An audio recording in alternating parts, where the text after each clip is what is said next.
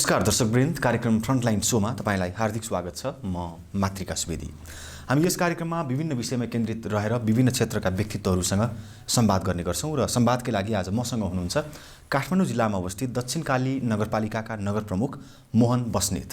आज म उहाँसँग उहाँको समग्र बितेको यो पौने 4 वर्षको कार्यकालमा केन्द्रित रहेर संवाद गर्छु। आउनुहोस् आजका मेरा अतिथि दक्षिणकाली नगरपालिकाका नगर प्रमुख मोहन बस्नेतलाई स्वागत गरौँ। स्वागत छ कार्यक्रम फ्रन्टलाइन शोमा। धन्यवाद। आराम हुन्छ मेरो सर? एकदमै। सुरुमा कार्यकालको छोटकरीमा समीक्षा गरौँ। कतिको सफल कतिको असफल ठान्नुहुन्छ आफ्नो कार्यकाललाई? यहाँले अत्यन्तै गम्भीर प्रश्न राख्नुभयो। हामी असफल हुनको लागि चाहिँ प्रयासै गर्दैनौँ, सफल हुनको लागि नै प्रयास गर्ने हो। त्यसकारण हामी सफल भएको छौँ। सफल हुनको लागि हामीले मेहनत गरेको छौँ। त्यसकारण यो परिणाम सफलै भएको अनुभूति हामीले गरेको छौँ। अब तपाईहरुको सफलता असफलतासँग जनताको अपेक्षा, चाहना र सपनाहरू जोडिन्छन्। जनताको अपेक्षा र तपाईहरुको सपना अथवा तपाईहरुले गर्नुभएको काम बीचको ग्याप कतिको छ? सबभन्दा ठुलो कुरो त तपाईले हाम्रो सफलता र असफलता नाप्ने जुन कुरा गर्नु हो, अब बाँकी समयले बताउँछ, हैन? अब हामी लगभग अब 1 वर्ष हाम्रो निर्वाचन आउन झनै पुरा बाँकी छ। जनताले हामीले गरेको राम्रो कामको मनन गरेर अवश्य पनि त्यो रिजल्ट चाहिँ सकारात्मक दिनुहुन्छ भन्ने विश्वास हुने गरी काम गरेको छौँ।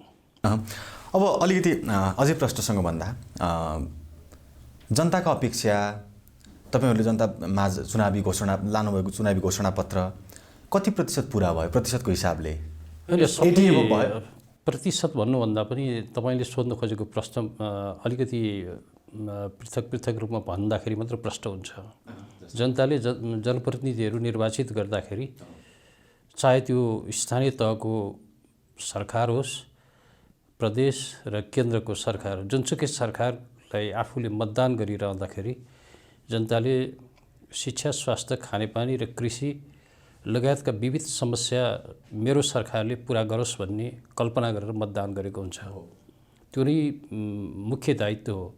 बीचमा कुनै भइपरि आउने समस्या पनि मेरो सरकारको दायित्व हो र सरकार मैले निर्वाचित गरिसकेपछि म त्यसको प्रतिफल प्राप्त गर्न सक्छु भन्ने खालको आशा र भरोसा त्यो आफूले मतदान गर्दाखेरि गरेको हुन्छ। यद्यपि 2-4% मान्छेहरू चाहिँ बहकाउमा पनि मत हाल्ने मान्छे हुन्छ, तर धेरै प्रतिशत मान्छेले चाहिँ मुलुकको समृद्धि, आफ्नो गाउँको समृद्धि हेरेर नै मतदान गर्ने भएको हुँदा जनप्रतिनिधिले त्यो मतदानको कदर गर्नु भनेको चाहिँ अब रात्र चाहिँ आफू निर्वाचित भइसकेपछि मतदाताको कल्पना पुरा गर्नको लागि चाहिँ दत्तचित्त भएर खट्नुपर्छ र आफूले निर्वाचनमा जितिसक्न साथै अब म भइहालेँ भनेर मतदाताहरूलाई बिर्सियो यदि भने त्यो जतिको ठुलो भुल केही पनि हुने छैन। त्यसैले जनतालाई मालिक सम्झिनु पर्यो, आफू सेवक सम्झेर काम गरियो यदि भने सानातिना मसिना केही कमी कमजोरी भएछ भने पनि जनताले क्षमा दिएर जनप्रतिनिधिबाट सन्तुष्टि प्राप्त गर्नुहुन्छ। तर नेपालमा यहाँले भन्नुभएको ठ्याक्कै उल्टो परिवेश छ। जनताहरू चुनावमा जसरी जनतामा जान्छन् नेताहरू, कि चुनाव जितेपछि नेताहरूले जनता नै बिर्से जस्तो गर्छन्। यो अधिकांश ठुलो हिस्सा नेताहरूमा चाहिँ यो संस्कार छ। यसलाई सुधार्ने कसरी होला?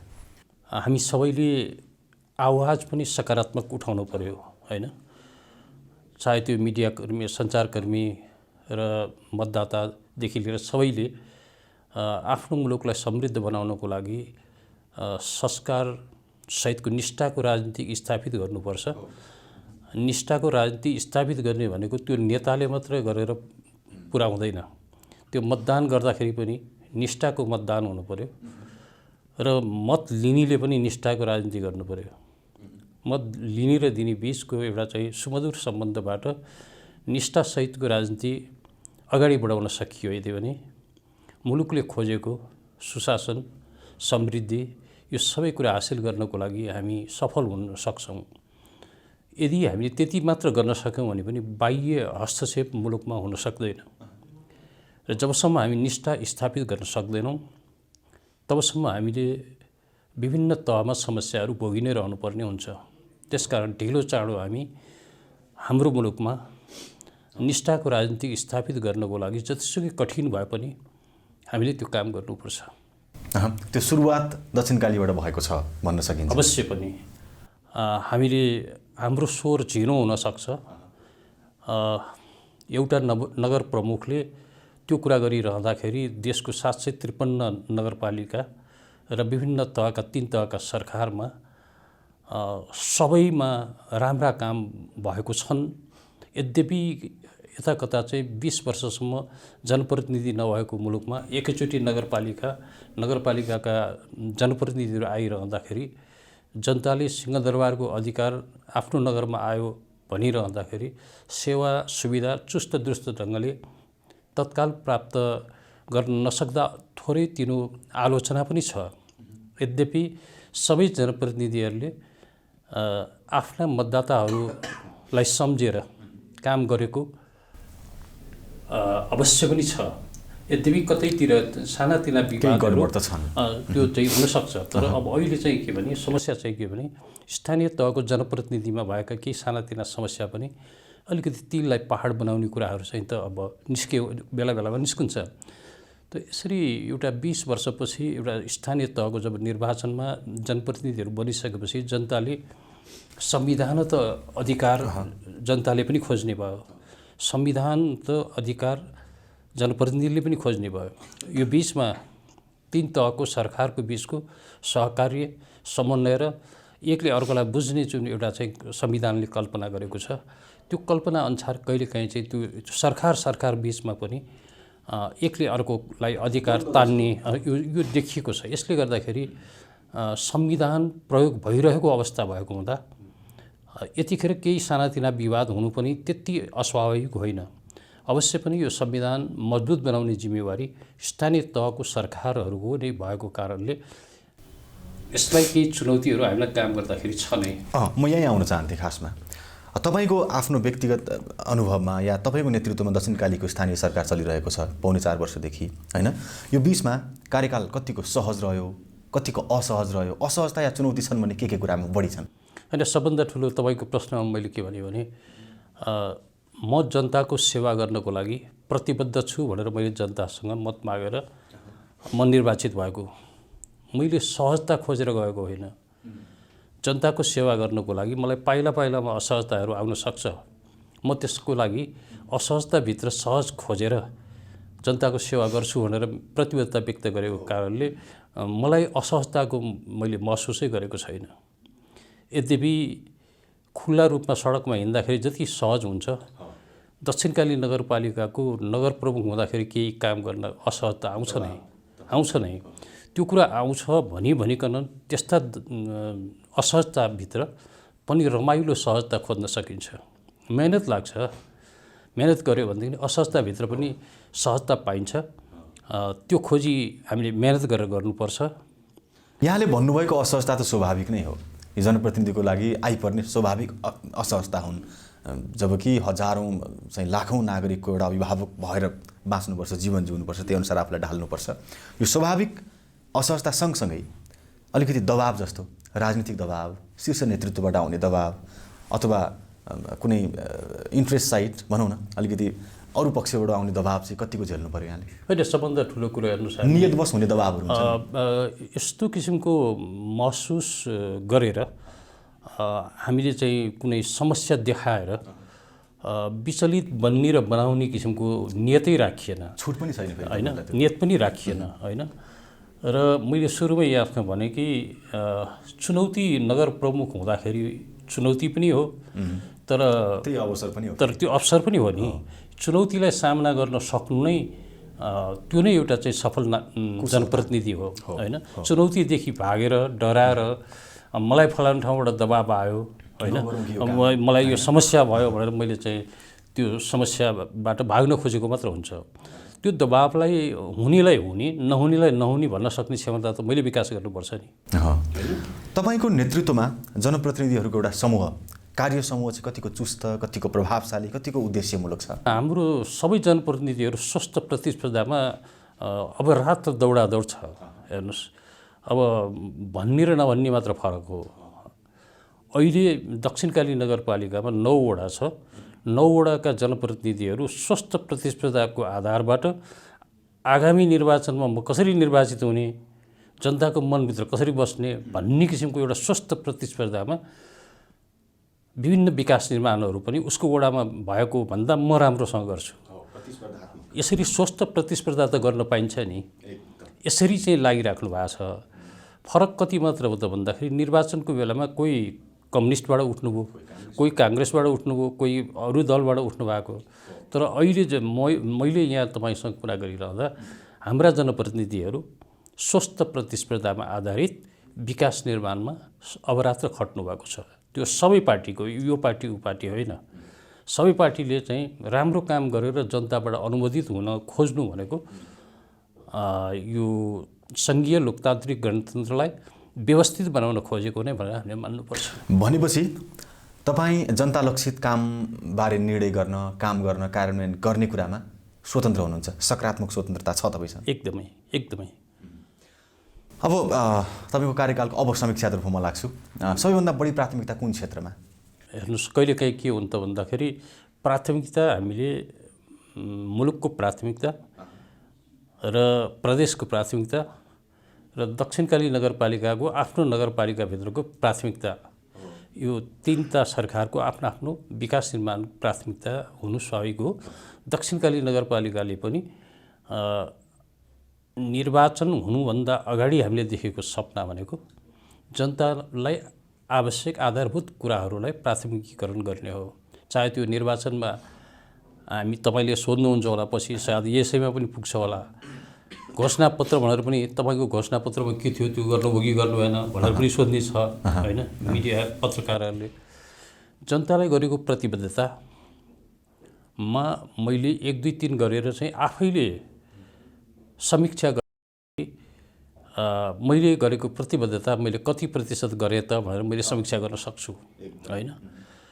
त त्यति ठुलो भास्ट छैन कि जनतालाई निर्वाचनको बखतमा जनताले खोजेको शिक्षा, स्वास्थ्य, खानेपानी र कृषि, रोजगारी हो, यति कुरा पुरा गरोस् भन्ने धेरैको कल्पना हुन्छ। तर थोरै प्रतिशत मान्छेको अरू विविध पनि हुनसक्छ, तर धेरै प्रतिशतले खोजेको चिज नै प्रमुख कुरा हुनसक्छ। यी चिज पुरा गर्नुपर्छ, यो चिज पुरा गर्नको लागि म दत्तचित्त भएर काम गर्नुपर्छ भनेर यो कबुल गरेकै विषय भयो। कबुलभन्दा बाहिर पनि भइपरि आउने समस्याहरू भन्नाले कल्पनै नगरेको, हामीले सोध्दै नसोचेको विषय पनि हामीले चाहिँ सामना गर्नु पर्यो। 1 वर्ष ठ्याक्कै हिजो 1 वर्ष भयो। 1 वर्षको समय चाहिँ न जनताले सोचेको, न विज्ञहरूले सोचेको र हामी जनप्रतिनिधिले सोचेको, कसैले पनि नसोचेको, हाम्रा प्रधानमन्त्रीज्यूदेखि लिएर कसैले पनि त्यो नसोचेको एउटा चाहिँ परिस्थितिसँग पनि जुझ्नको लागि नजाने पनि जानेको जस्तो, नसके पनि सकेको जस्तो होइन, नबुझे पनि धेरै बुझिया जस्तो गरेर जनताको घर दैलोमा अभिभावक बनेर अरू डढाएर छोडेर हिँडेको बेलामा पनि कोभिड लागेको मान्छेको नजिकै पुगेर चाहिँ तपाईँलाई कस्तो छ, के गर्नुपर्छ भनेर भन्नको लागि हिम्मत गरेर चाहिँ हामी अगाडि बढ्यौँ। नसोचेको कामको लागि पनि अवरात्र हामी खट्यौँ। यो त नसोचेको विषय भयो। र अरू विकास निर्माण सवाल भनेको मुलुकलाई समृद्धि बनाउनको लागि, आफ्नो नगरपालिकालाई समृद्ध बनाउनको लागि पहिला शिक्षाको आवश्यकता छ।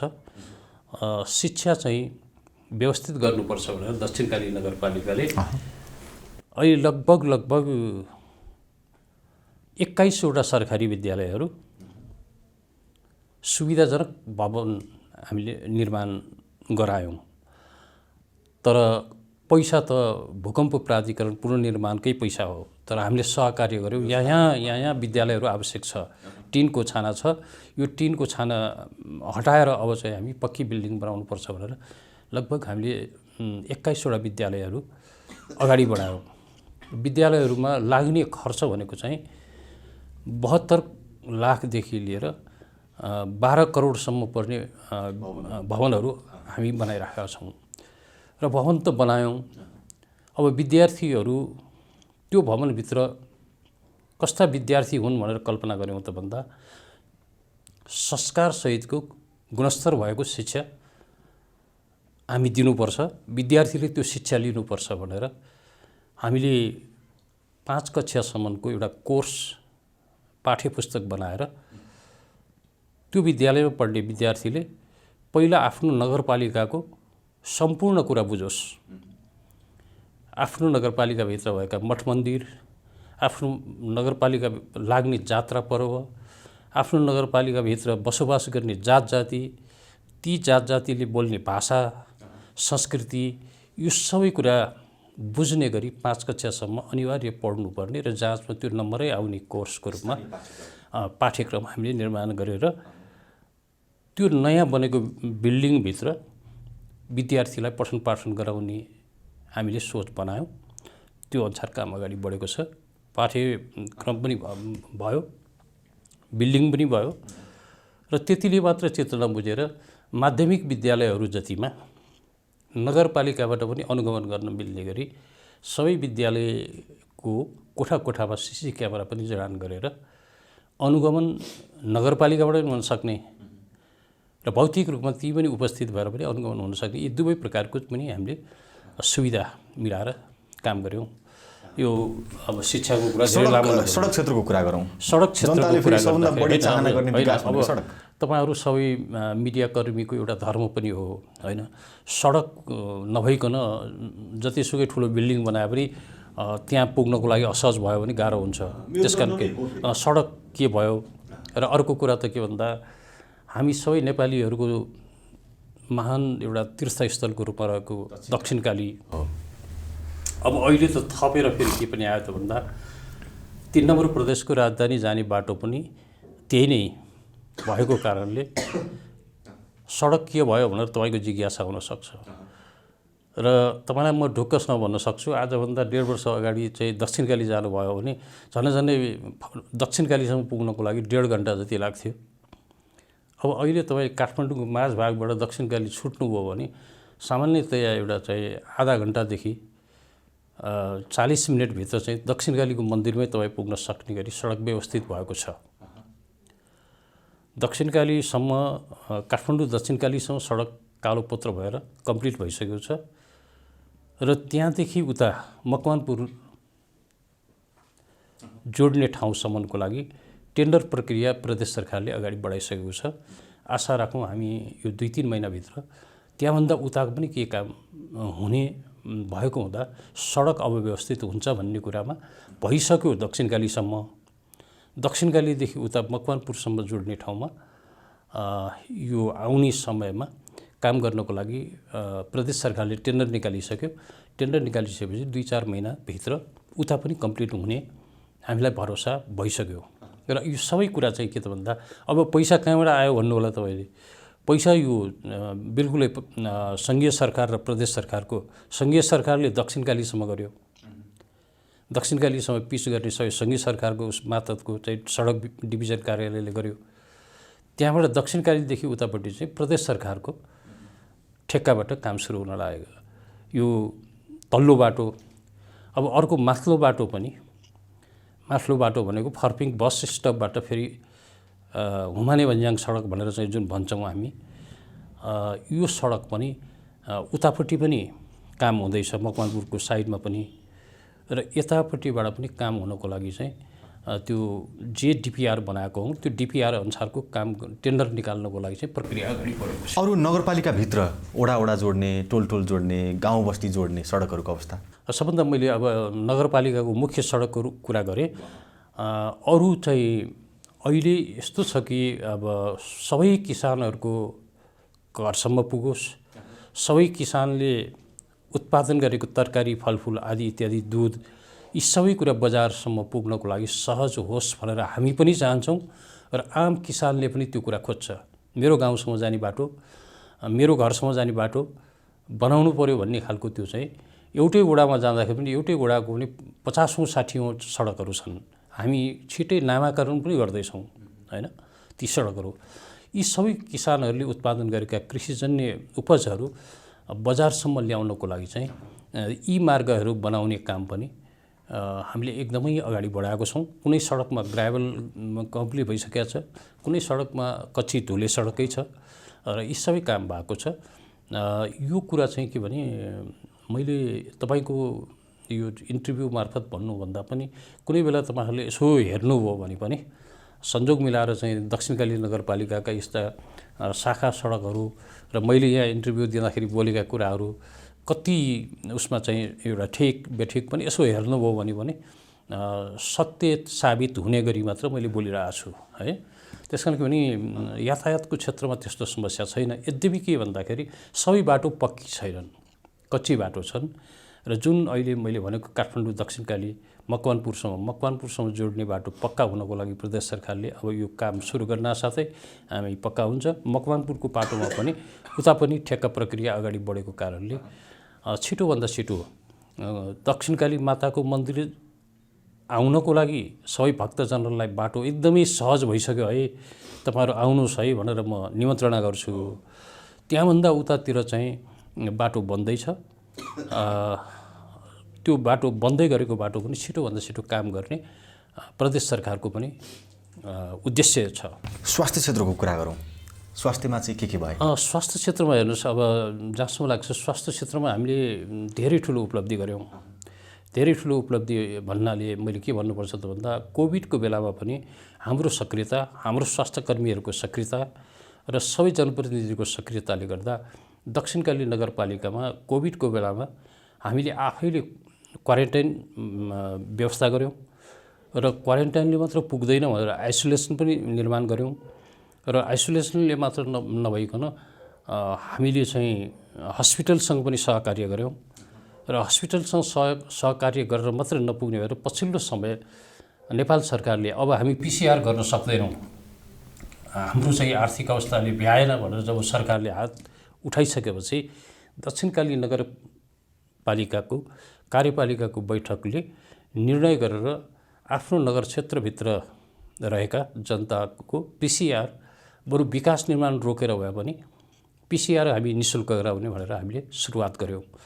त्यो सुरुवातले एउटा चाहिँ नयाँ सन्देश के दियो त भन्दा सरकारले आफ्नो जनताप्रतिको दायित्व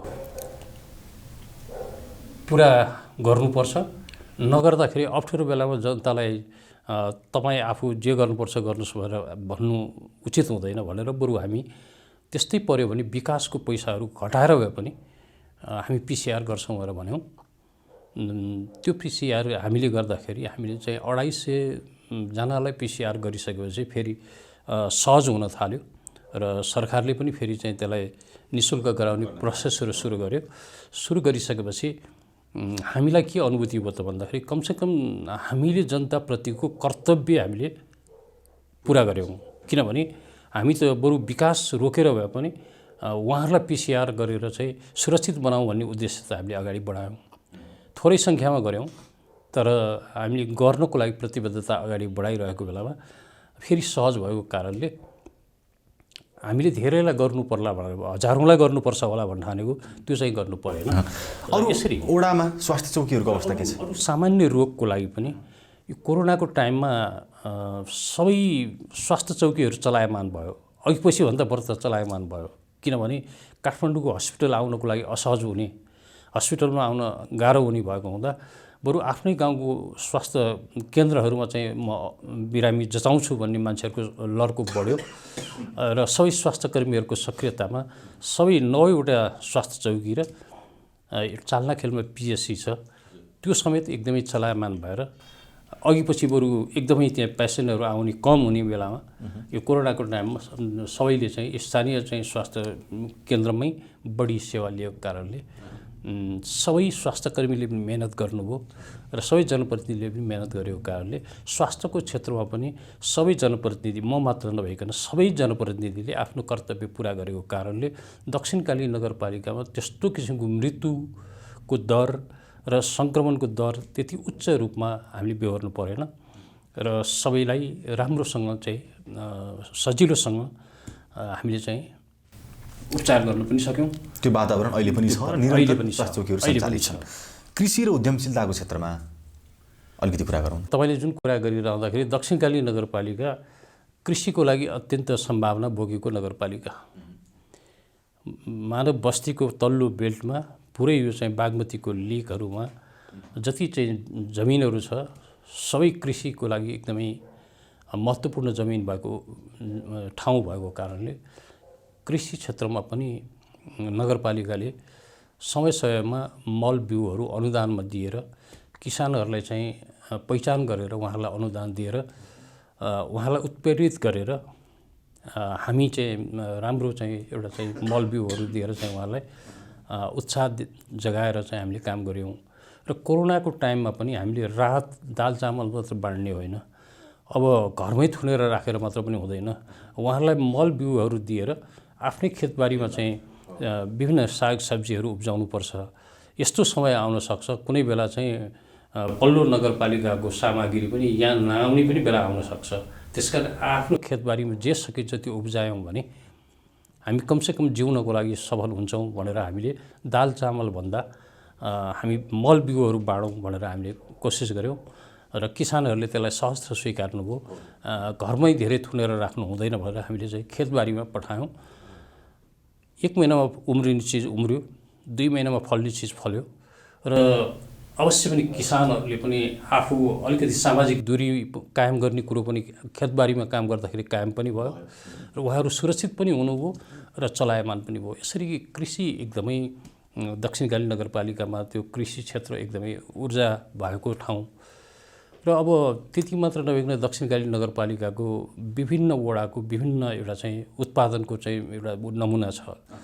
वडा नम्बर 8मा नास्पाती ब्लक भनेर चाहिँ अब नेपालको नास्पाती भनिसकेपछि पहिला फर्पिङकै नास्पातीको कुरा आउँछ हैन।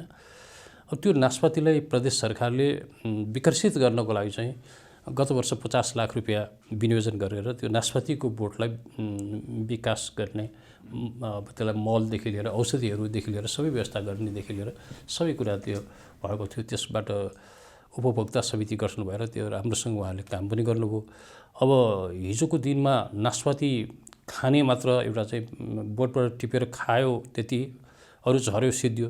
अब अहिले चाहिँ किसानहरूले त्यसलाई जाम बनाउने, विभिन्न किसिमको आधुनिकीकरण गर्ने पनि काम अगाडि बढेको छ। जुसहरू बनाउने यो काम पनि अगाडि बढेको छ र यस्ता कामहरू अब जस्तो लप्सीको क्यान्डी बनाउने अहिले लप्सी ब्लकको रूपमा वडा नम्बर 9 छ हैन।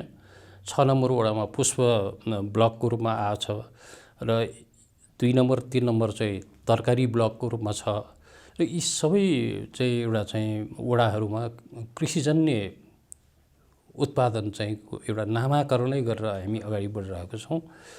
कृषिमा हामी धेरै राम्रो किसिमले अगाडि बढेको छ।